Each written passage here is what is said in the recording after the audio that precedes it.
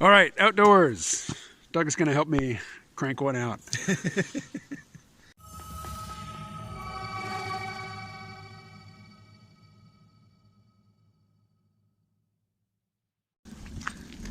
So, the boomers and the millennials are not that much bigger than Generation X. Depends how you slice it. You know, people, I mean, there's fewer people if you look at like a 20-year period, but some people even shrink Gen X to like a 15-year period, which obviously reduces the number of people in that period. So it depends how you slice it. But yeah, we're smaller. But not so much smaller that, we can be completely written off in terms of discussions of how generations relate to one another and who got what and who got stuck with what. Anybody can be written off.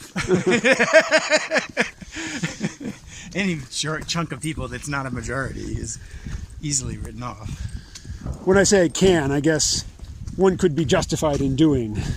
It's not justified to dismiss Gen Xers, except, as you were saying before we started recording, largely most of us wouldn't mind if you just, leave us out of it. Yeah, I don't know how likely that is. I mean, now that Gen Xers are trying to thinking about retiring, it's hard. I mean, retiring is a process of trusting other people, and the political system and the monetary system and the economic system, and yeah, that's not easy to do. But it's clear that up till now we haven't been too involved in politics. Our generation has the lowest voter turnout. And we're not going to get a president.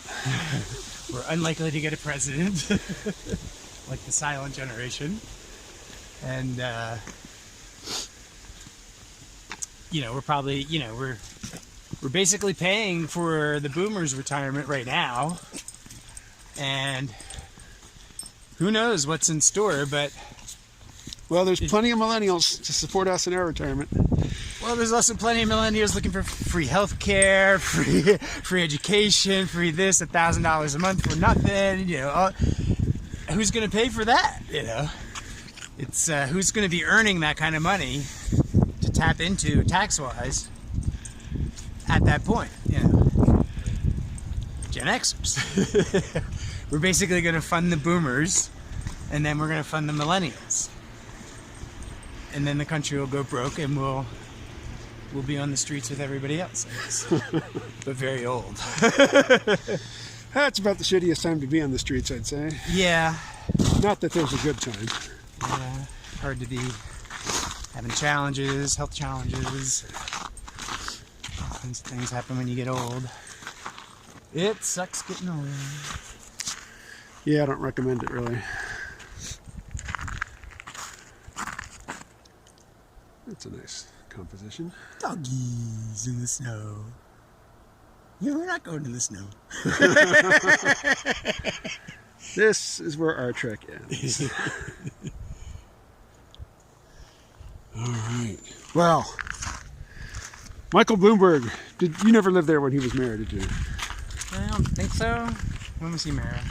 He was mayor when I first got there in 2012. De Blasio replaced him just before I left. Yeah, I forget who was mayor when I was there. I was there during 9/11. Who was mayor during 9/11? Bloomberg was, he got plenty of media attention, but there wasn't really much of a buzz around him. He certainly didn't have the sort of controversy that other characters have. Kind of easy to tune out, really. The thing he was known best for was stop and frisk. Yeah, which is not something good. No. Not a good look. But it's a much worse look now than it was then. Yeah, I guess. I don't know. It wasn't a good look when I saw it then, but I don't know. I love him in the race. I absolutely love him in the race. He's a perfect foil for Bernie.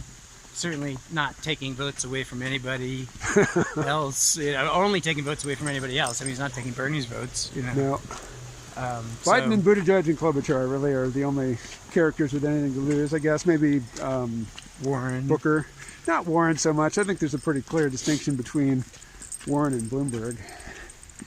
I I don't know. You know, it's all this white affluent voter, you know, freaking out, trying to figure out who to trying go to with. figure out who they want to go with without really knowing where they want to go, other than they just want to go back. They don't want to go anywhere. They want Trump. You know, they're just basically splitting their vote. You know, it's kind